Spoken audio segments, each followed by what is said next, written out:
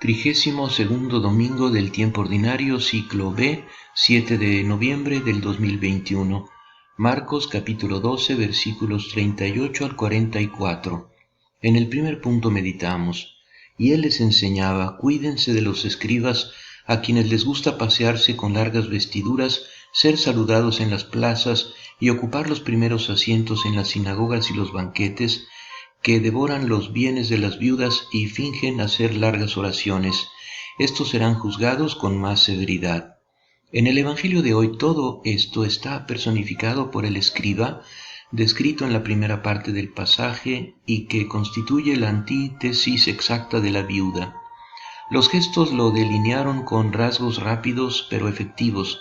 Este tipo humano es el justo, el culto, el buen hombre de su tiempo y de todos los tiempos. Deambula por las plazas con largas túnicas, siempre buscando saludos y reverencias, complacido con el asombro que inspira en los pobres ignorantes. Ora y da limosnas, pero solo si se le ve si se le ve.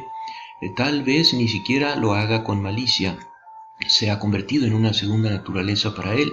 La religión se ha convertido en ostentación. Dios apenas entra en él, o más bien entra en él, pero solo como pretexto y como factor de discriminación entre él y los pecadores.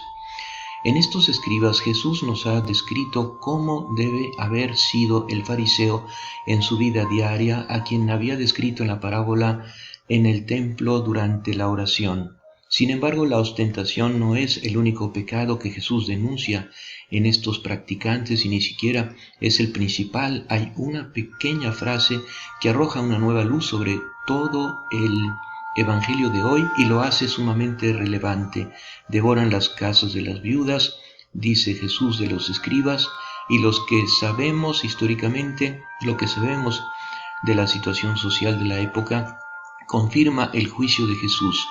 Junto con los fariseos, estos habían logrado imponer 24 tipos diferentes de impuestos en dinero o en especie para ser pagados al templo, es decir, a su propia clase, poniendo a los más pobres frente a la alternativa continua o al sufrimiento del hambre o de transgredir la ley. Detrás de la ostentación está, por tanto, la opresión de los pobres, lo que Jesús denuncia. Sentado frente al tesoro, anota el evangelista Marcos, Jesús observó a la multitud que arrojaba monedas al tesoro y muchos ricos tiraban muchas. El Señor denunció ese día de dónde salieron esas muchas monedas. Delante de Dios, el opresor y el oprimido, el devorador de las casas de las viudas y la viuda misma. Y Jesús nos reveló de qué lado está Dios. En el Salmo responsorial también escuchamos esto: el Señor hace justicia a los oprimidos, pero trastorna los caminos de los impíos, es decir, de los opresores. Esto, decíamos, es sumamente actual. Hay pecadores en nuestra sociedad que nunca son acusados. ¿Cómo creemos que luego los ricos devoraron las casas de las viudas, si no con los medios habituales: usura, impuestos, precios deshonestos, estafas, rentas desorbitadas?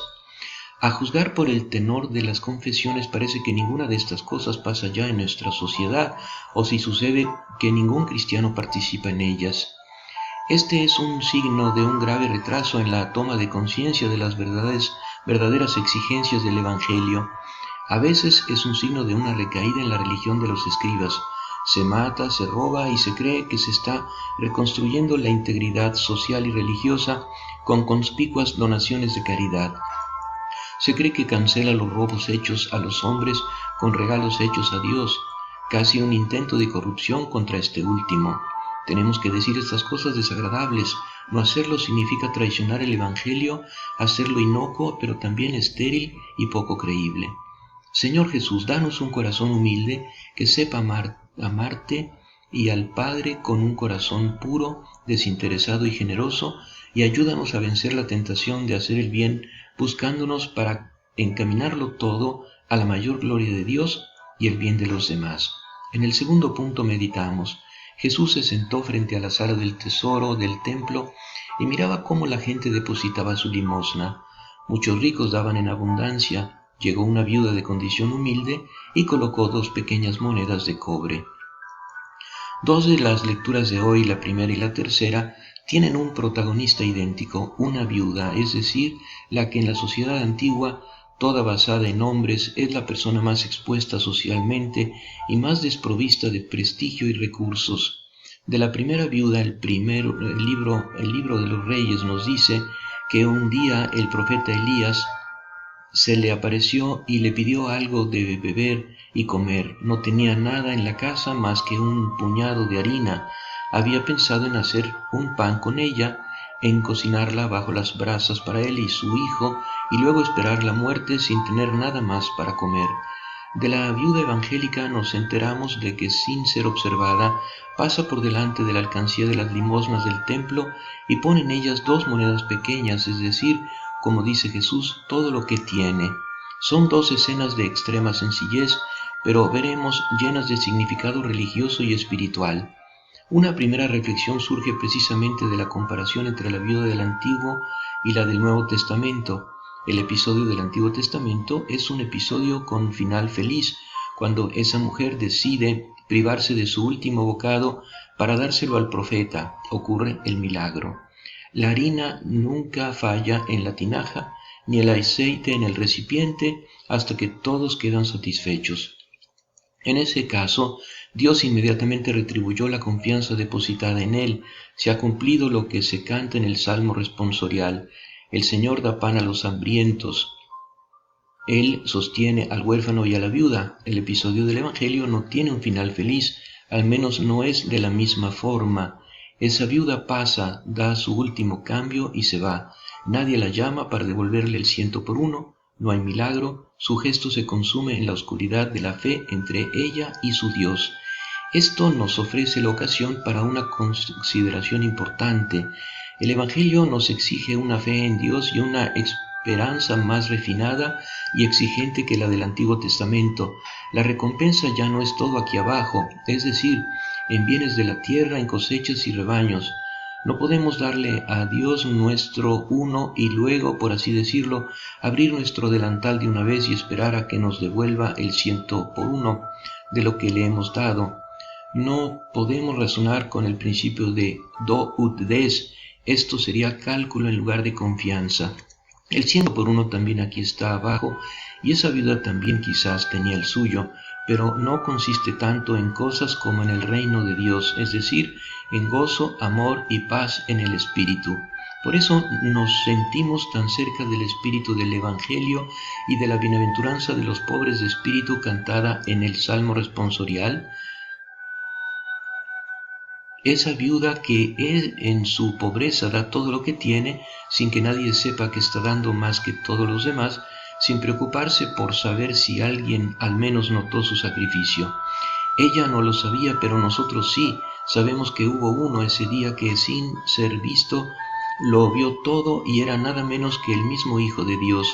Dado que, a juzgar por la historia, es un episodio real y no una parábola, podemos estar seguros de que esos dos, Jesús y la viuda, se reencontraron en el reino del Padre y allí la viuda recibió verdaderamente la recompensa de la vida eterna. La aclamación del Evangelio evoca este mismo momento.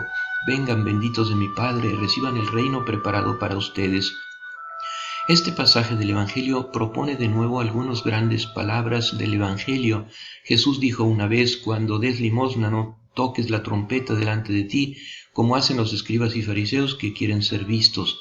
Más bien, ¿quieres un consejo? Cuando des limosna, ni siquiera tu mano izquierda sepa lo que hace tu derecha, para que tu Padre que ve en lo secreto pueda recompensarte. Y cuando reces, retírate, cierra la puerta de tu celda detrás de ti. Con estas palabras Jesús ciertamente no quiso prohibir la oración pública y litúrgica, ni mucho menos. Era una forma de decir para recomendar la pureza de intención, rezar para Dios y no para crecer en la estima de los hombres. Dios, nos dice Jesús, solo puede recompensar lo que se hace por Él, lo que hacemos por los hombres, es decir, en última instancia por nosotros mismos y para nuestra gloria, se siembra al viento o en el camino. Ya ha recibido su miserable recompensa. Si mientras hacemos el bien, en algún rincón escondido de nuestro corazón, pensamos en lo que dirán los demás al respecto, en la admiración que podremos despertar, ponemos como un gusano en nuestras acciones que las roerá todas.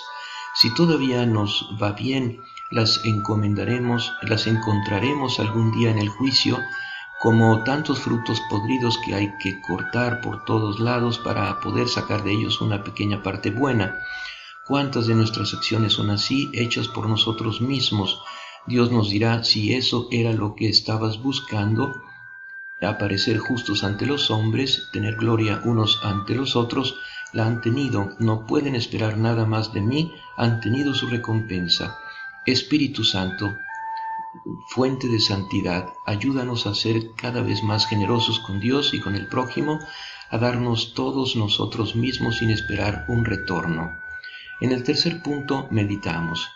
Entonces él llamó a sus discípulos y les dijo: les aseguro que esta pobre viuda ha puesto más que cualquiera de los otros, porque todos han dado lo que les sobraba, pero ella, de su indigencia, dio todo lo que poseía, todo lo que tenía para vivir. Al regresar a su casa, después de regresar a casa después de nuestra asamblea litúrgica, deberíamos sentirnos como niños que regresan de la escuela con una tarea asignada. Es una imagen que solemos tener bajo nuestros ojos de otoño. Fuimos a la escuela de Jesús, como lo hizo ese día antes del templo. Hoy ha reunido a sus discípulos a su alrededor para enseñarles. Nos vamos a casa con una tarea muy concreta que hacer, y como buenos escolares no tenemos por qué sentirnos bien con nosotros mismos hasta haber empezado a hacerlo. La tarea es poner en práctica, hacer ejercicio, repasar lo que Jesús nos dijo. No nos faltan oportunidades concretas. Somos pobres, sin grandes recursos. Jesús nos propone imitar a la viuda, imitándola no tanto en darle a Dios el último cambio, como en tener fe en Él, en ofrecerle todo lo que tenemos, quizás las penurias y ansiedades por el pan de cada día. ¿Somos ricos o estamos involucrados en negocios? Jesús nos propone no imitar a los escribas que devoran las casas de los pobres y poner límites a nuestro beneficio, incluso a costa de quedarnos atrás frente a otros menos escrupulosos. Esta es la comida que recibimos hoy en la mesa de la palabra. Nos preparamos para recibir la comida del pan en la mesa de su cuerpo. Esta comida debe servirnos para mantenernos en el camino de la semana y para poner en práctica su palabra. María, Madre nuestra, danos la alegría de donar a Dios nuestra vida, nuestra inteligencia, nuestra voluntad, nuestros bienes, nuestro tiempo, nuestro corazón, nuestra libertad. Solo concédenos la gracia de amar como tu Hijo Jesús, y esto nos basta. Amén.